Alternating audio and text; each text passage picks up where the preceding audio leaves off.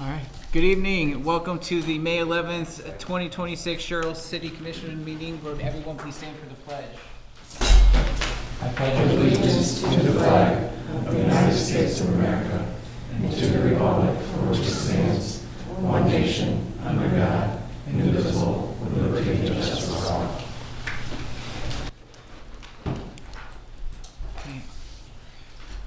Item number 2, approval of minutes from the April 27, 2026 meeting. I make a motion.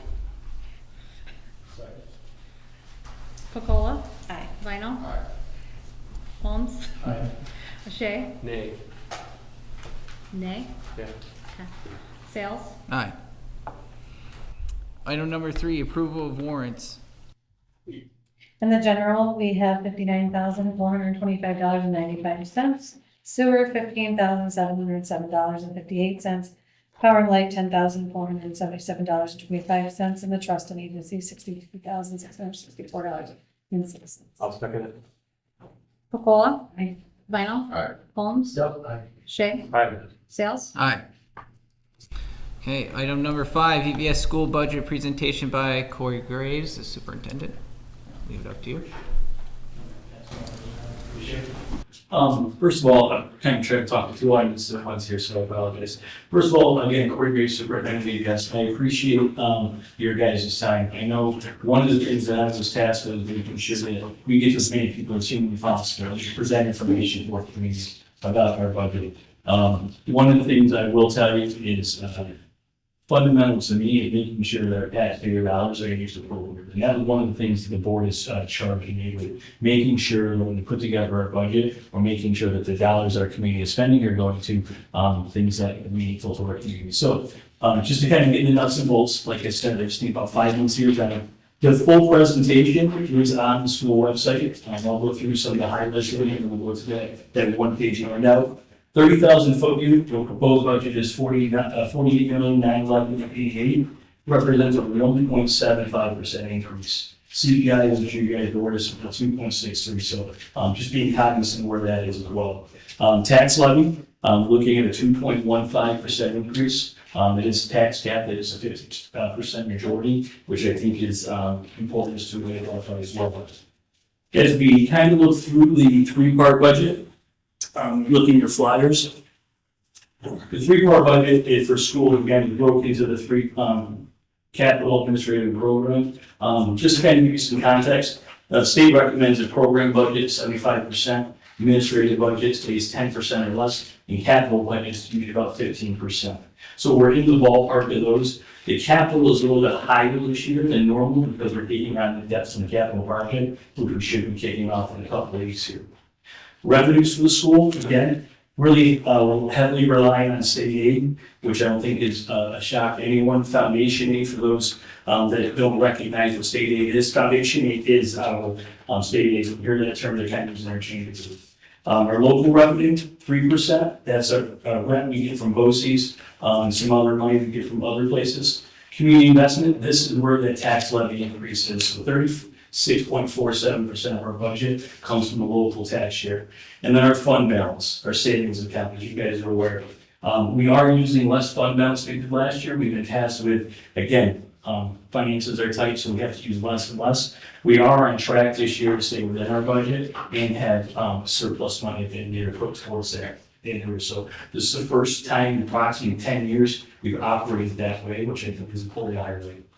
The other thing foundation aid I want to just kind of highlight, again, the main piece in foundation aid is student enrollment. The piece is the foundation aid starts the formula with enrollment. In the presentation, you'll see if you look online, 2002, we go back just to the last decade, but a little over 2,500 students we had. We're just under 1,800 students now.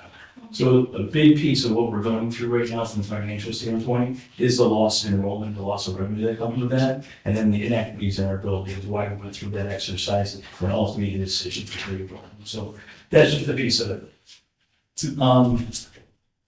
The proposed proposition that you'll be voting on, there's 2 propositions. There's the budget, and then there's also the buses. The buses, we're looking to purchase 7 diesel buses. We made it very clear in the proposition that they're diesel buses, not electric buses. It's also important. We always get chucked about the electric buses.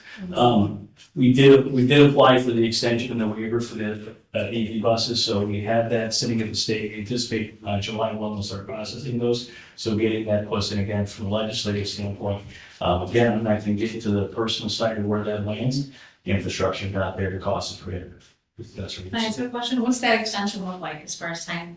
It's 2 extra years, so 2027, we have purchased all buses by that, so it pushes to 2029. It has no extensions to the time you have to be fully electrified, so 2035 is the date. There's legislation right now. I don't know what's going to happen with that right now, but it may push it back to 2040, so 5 years old, that's story. It's going kind of in the right direction, I'd say. One of the big important pieces I'll ask, one of the big campaigns we have, we get out vote. The most important thing to us is that we hear from the community. There is on the website, as you guys are aware, a lot of times there's a barrier to people voting, is in our register where do I vote. So there is a link on the website, I want everyone to know that. So when it's asking you where to go, on the website, it's a slide that looks kind of like this. Click on it, it'll tell you where I'm registered, if I'm registered to vote, there is. So just getting back to the bus, I apologize, I kind of digress. I'm looking to purchase 7 buses. Again, if you go down through the whole calculation, 5 years, we're talking about $22,000 actual cost, maintenance costs, and then obviously they're 8 and 9%. Our goal with buses and any other of these items that we have to recycle on a regular basis is to get replacement cycles. You know, so the idea is once you have technology or infrastructure that becomes too old, it becomes very expensive to maintain. And then, as you guys are aware, it takes a long time to actually build that back in. So buses are one of those cycles we're looking to get back on the replacement cycle. So this would be year 2 of the replacement cycle. If we replace about 7 buses a year, we'll be on a 6-year cycle. Replacement cycle. So it's the warranty and the maintenance costs on it as well. The other proposition that you will not see this year, board seats. And I want to be very things important to bring up. Just the way our boards have rotated over the years. Every 5 years we have no seats available. So there's no other reason for that. Next year there'll be 3 seats available on the board for the vote, and this year there are currently no seats. So that's my 5-minute presentation. It's a contingency budget, so if the budget is overwhelming, it's always less than about $350,000. Yeah, the contingency budget was voted down. Obviously, we had voters. If it gets voted down, we'll put the same budget up again. We can make adjustments to that budget, or we'll put a contingency budget. Contingency budget is about $350,000. We have to find the equipment, obviously, a program we'll look at. Any questions? Maybe an important business. No, we're all set. Thank you. Again, I appreciate you guys being questioned. You know where to get hold of me. I think it's the most useful meeting, but I appreciate your time, guys. Thank you. Thank you for coming. Okay, item number 6, public comment. If you wish to, Same request. did I miss one? Oh, sorry, I did No, skip it's one okay. before No, that. you're Geez, my fine. bad. Yeah, sorry. City officials report. I was supposed to do that beforehand. My bad. Yeah. Thank you. Just a couple quick updates. One is on the pool grant. At the last meeting, it was approved to move forward with the funding, the bond funding, which we've moved that forward. We've spoken to the state. There is a waiting period of May 13th in which somebody can file for the permissive referendum. Not sure if that's going to happen or not, but in the event that it doesn't happen, post May 13th, we will execute the grant disbursement agreement with the state and get this project moving. We'll be able to then engage the engineers to start the process. So that's just a quick update there. We've also talked at the last or 2 meetings ago about the pool pass rates. The pool pass rates and structures are going to stay the same for 2026. And then moving forward, those will be adjusted accordingly with the new pool project as previously discussed. Pool fundraising, this has come up and most recently had a member from the community looking to make a sizable donation and would like the city to create a path for those that want to donate.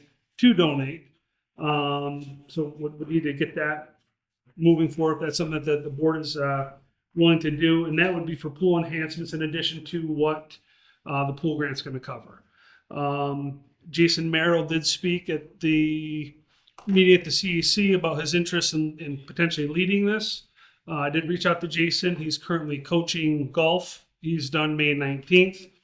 After the 19th, he's going to sit down and would like to go over this with me to figure out what he can do to kind of be maybe the liaison. There are some particulars with the city accepting donations and fundraising, so we need to work through those and make sure we're on solid ground. It gets a little fuzzy in the eyes of the state, but long story short, we can do it. We just have to be careful how we're doing it and making sure that we are accepting. Also began the process of looking into the master plan, comprehensive plan, infrastructure plan, fire truck, and have been providing that follow-up to the city commission. Waiting for one more follow-up, hopefully by the end of this week, which I'll then get over to the commission for consideration. The Uhaul situation down at the Sherrill Plaza. The ZBA listened to the variance request last week. They denied the variance request. The property owner and business owner are going to come back with a application for special use permit. I guess a benefit of a special use permit is it provides the city some teeth, I guess, the better term. That's something that's new to the zoning that was added in 2024, previously did not exist. And what's nice about that is, again, the city can, well, the planning board or zoning board, I'm sorry, can put in certain provisions that they're going to require fleet size, hours of operation, buffering as far as green space and landscape, et cetera, et cetera. They have more requests and asks they can put in, and if the business wishes to do that, that's great. If they don't meet their end of the bargain, the ZBA can revoke the special use permit.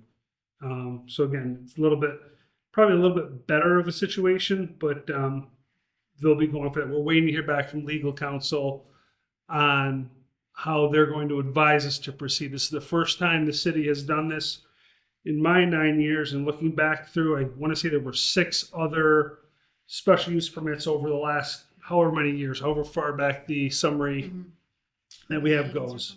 What's that? Maybe in the 80s. 80s. Yeah, 5%.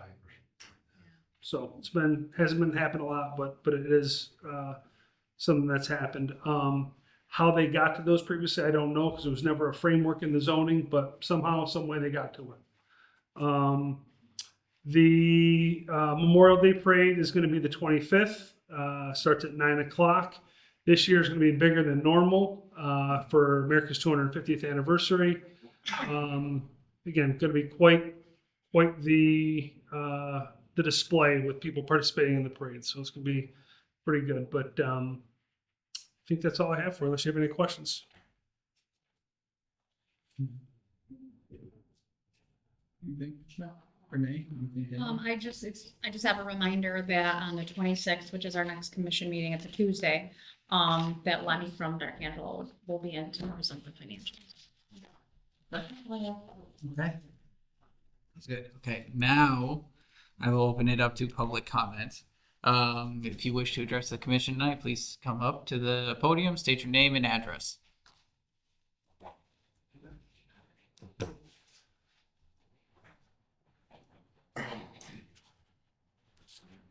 My name is Robin Vanderwall, and I live at 138 Thurston Terrace. Thank you for allowing me to speak. My topic tonight is the Zoning Board of Appeals. Last week, 2 area variance applications and 1 use variance application, which we've just heard about, were placed before the ZBA for their consideration. In anticipation of that May 5th discussion and possible action, the city clerk,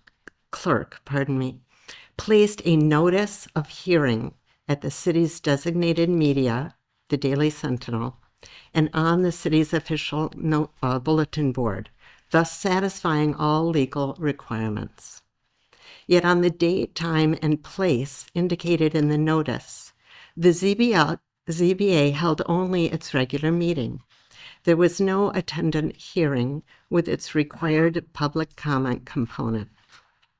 Before the meeting began, I attempted to share with the ZBA guidance from the New York State Department of State, clearly stating that a hearing was required.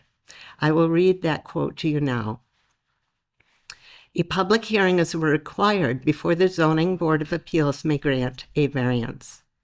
Every matter that comes before a Zoning Board of Appeals requires a public hearing. They must afford all those wishing to comment a chance to be heard. Unfortunately, I was unable to make my point, so the 3 matters were voted upon without a formal comment period. I will say that the board got plenty of random public comments, however, because without a designated time to speak, attendees simply began shouting out their opinions. As a result, at one point, the meeting became somewhat chaotic. In addition, because not everyone in attendance did share their opinion aloud, later in the meeting, the chair said, quote, "I assume everyone here supports the use variance request," end quote. He was immediately corrected on that point, but had the board allowed for full public comment, he would have known that that statement was not true. I share all this with you because I think it's important that someone else help the ZBA understand the board's legal obligation. Fulfilling the public hearing's legal notice requirement is one thing, but holding the hearing is the whole point. Thank you.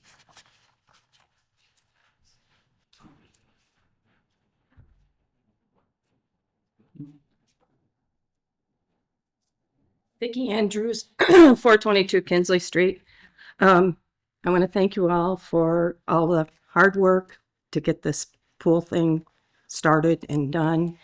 And Bill, I understand completely where you're coming from. So I went back to 1999 at my City of Sherrill taxes. From 1999 to 2026, my taxes went up $240. That will not sustain what we want for the City of Sherrill.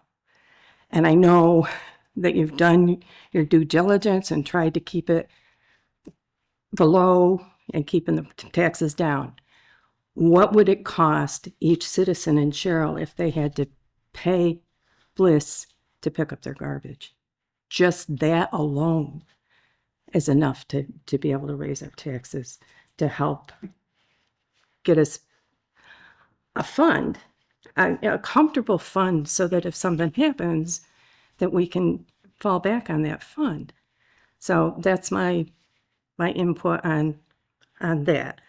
As far as the pool passes go, when all of this started, I heard from a lot of families that were upset that there were no day passes, that they had company coming in and they would like to take the company to the pool, but if they had a family pass, the company isn't listed on it. So if there could be a day pass, and I would appreciate a day pass, because since we've been doing this structure, I don't go to the pool because I'm not paying $40 to go twice. I mean, yes, it's $2 a visit if you go 20 times. I'm not going 20 times. So it's a suggestion. The other thing that was brought to my attention yesterday, and this is no longer resident, this is Sherrill Merchants. I've waited since I got home from Florida to talk about the 9/11 ceremony because there was a lot going on here. The Legion, the fire department, the Sherrill Merchants, this is the 25th anniversary of 9/11. They came to me last year and said that we want to do something big, something more for the 9/11 ceremony. I found out over the weekend that your fall festival is September 12th, the day after the 9/11 ceremony. And we were really hoping that the flags could stay up longer than 4 days. So I don't know Ray's here with the fire department. We've talked about it. I don't know. Could it be possible to change the date of the fall festival? I will say I don't know. I don't know. Probably not. I would think it's we're at this point. So what do you do? We have 200 flags up on the 11th. And the fall festival's on the 12th. And this is the 25th anniversary of 9/11. I don't get it. I mean, this isn't the first year that this festival has been planned the same week as 9/11. Why? Why? This, to me, this is more important than a stinking fall festival. My opinion. And I think the fire department and the Legion would agree with me. Okay. I hear you. I will just say I don't think planning an event brings any disrespect to 9/11. I don't think there's any intent to bring disrespect to that. Well, I'm just letting you know my thoughts on it. Yeah, well, that's my part.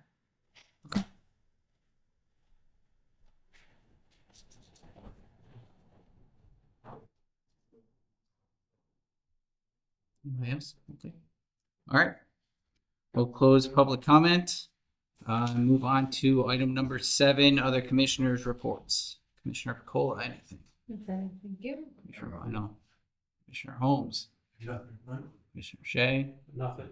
Okay, I don't have anything to add. However, I will move to enter into an executive session pursuant to the New York State Open Meetings Law, Section 105(1)H, to discuss a proposed real estate matter where publicity would substantially affect the value thereof and related financial impacts to the city.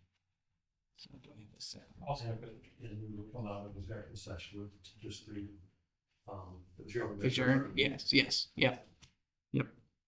I'll second it. Picola? Vinyl? Holmes? Aye. Shea? Aye. Sales? Aye. Okay.